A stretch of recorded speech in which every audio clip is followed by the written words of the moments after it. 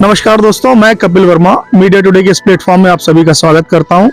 आज हम खड़े हैं मंडला की सबसे प्रसिद्ध जगह सहस्त्रधारा जलप्रपात पर।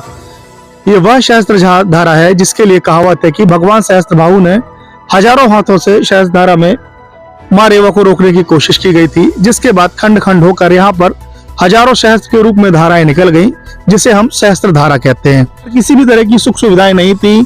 काफी अच्छा पर्यटक स्थल है। जैसे आप व्हाइट मार्बल देखते हैं भेड़ाघाट संगमरमर में, वैसे ही यहाँ पर ब्लैक मार्बल काला पत्थर की बहुत ज्यादा बहुमात्रा में देखी जा सकती है।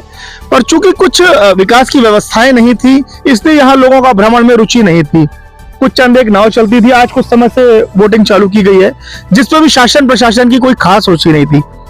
इस दौरान यहाँ पर काफी जनप्रतिनिधि आए गए, पर विकास की कोई बात नहीं। विगत वर्ष हुए चुनावों में यहाँ पर जनपद पंचायत में सदस्य के रूप में जीत कर आए अजीत सिहानी, जिनके अथक प्रयास और कोशिशों के बाद आज हम देख सकते हैं कि यहाँ पर सहस्त्रधारा को लेकर काफी बड़ी खबर हमारे सामने आ रही है। हम बात करेंगे अजीत सिहानी जी से। हमारे साथ मौजूद हैं जनपद क्षेत्र क्रमांक 5 गोंजी से जनपद सदस्य अजीत सिहानी जी। अजीत जी, कैसी क्या कोशिश की गई कि आज हमें जानकारी मिली है कि इसको लेके टेंडर वगैरह पास हो गए? क्या होना है यहाँ पर, विस्तार से जानकारी दीजिए। नमस्कार भैया, नर्मदे। जैसा कि हमारा बचपन से यहाँ आना जाना लगा हुआ था, काफी समय से हम इस क्षेत्र को देखते आ रहे थे। जनमांग और लगभग क्षेत्र से बहुत पास होने के साथ यहाँ काफी मात्रा में लोग आते हैं, घूमने आते हैं, परिवार के साथ आते हैं, पर्यटकों का भी जमावड़ा लगा रहता है। इसी दृष्टिकोण से हमारा हमेशा प्रयास रहा कि ये क्षेत्र इतना सुंदर होने के साथ हम इस पे कुछ अच्छा कर पाए। हमारी पहली बार की कोशिश ये थी कि हम यहाँ से पर्यटन मंत्री उषा ठाकुर जी के पास पहुंचे, पूरा प्रोजेक्ट बनाया हमने यहाँ पर कि प्रारंभ में ही यहाँ जैसे प्रवेश हो तो गेट सुंदर, एक गेट बने, प्रवेश द्वार बने, उसके बाद अंदर चौपाटी की व्यवस्था हो, यहाँ नौका विहार की व्यवस्था हो। यहाँ से वो झरना गिरता है, वहां तक जाना पॉसिबल नहीं हो पाता भाई साहब को, कितने खतरों के बीच। जिस प्रकार रोड से अंदर मंदिर तक ये रोड बनाई गई है, हमारा हमेशा से ये प्रयास रहा था और हमने ये प्रयास अभी भी किया है कि यहाँ से वहाँ सहस्त्रधारा तक ये रोड का निर्माण हो पाए।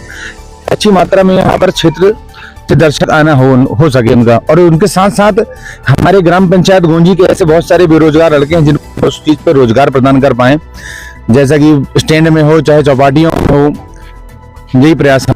सब हमारे यहाँ सहस्त्रधारा में 1,56,96,000 रुपए का स्वीकृति मिली है यहाँ पर। तो उसमें हम जैसे कि हमने पूरा प्रोजेक्ट दिया हुआ है। अब इस निविदा के बाद जब इसकी डेट 26 तारीख आखिरी डेट है, तो उसमें पूरा प्रोफाइल में दिखाया जाएगा कि कितनी लागत का क्या बनना है। जैसे स्वागत द्वार मैंने बताई, बहुत सारी चीजें ये सब हैं।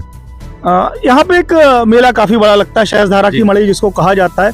उसको लेके जो जनता की सोच थी कि ये मेला 2-3 दिवसीय होता है, तो व्यवस्थाएं वैसी नहीं मिल पाती। तो आने वाले समय में हम ऐसी कुछ व्यवस्था यहाँ पे देख सकते हैं कि मेले का वृहद स्वरूप हमें देखने मिले। जरूर भैया, बहुत बड़ा वृहद स्वरूप देखने मिलेगा, क्योंकि यहाँ लाइटिंग की बहुत व्यवस्थाएं खराब है।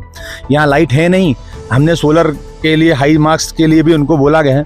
एक यहाँ हो गया, रोड में हो गया, यहाँ से रोड तक की पूरी लाइटें हो गई, तो काफी समय तक ये मेला भर भी सकता है, क्योंकि शाम जैसे ही होती है और मेला उठने की प्रक्रिया हो जाती है।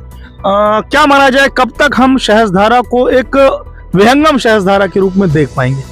10 माह का उसमें समय दिया हुआ है, तो हम 10 माह का इसका इंतजार करेंगे। हमें लगता है कि 10 माह में इसका काम कंप्लीट हो ही जाएगा। थे हमारे साथ जनपद पंचायत के सदस्य अजीत सिहानी जी, जिन्होंने बताया कि यहाँ पर काफी बड़ा प्रोजेक्ट स्वीकृत हो चुका है, जिसमें सौंदर्य के साथ साथ बच्चों के खेल कूद की व्यवस्थाएं, स्वागत द्वार हो गया, हाई मास्क लाइट हो गई, काफी कुछ व्यवस्थाएं इसमें शामिल हैं। तो आने वाले समय में सहस्त्रधारा हमें निश्चित रूप से एक विहंगम सहस्त्रधारा के रूप में देखने मिलेगा। इसी के साथ मैं आपसे विदा लेता हूँ। मीडिया टुडे के लिए कपिल वर्मा की रिपोर्ट। नमस्कार।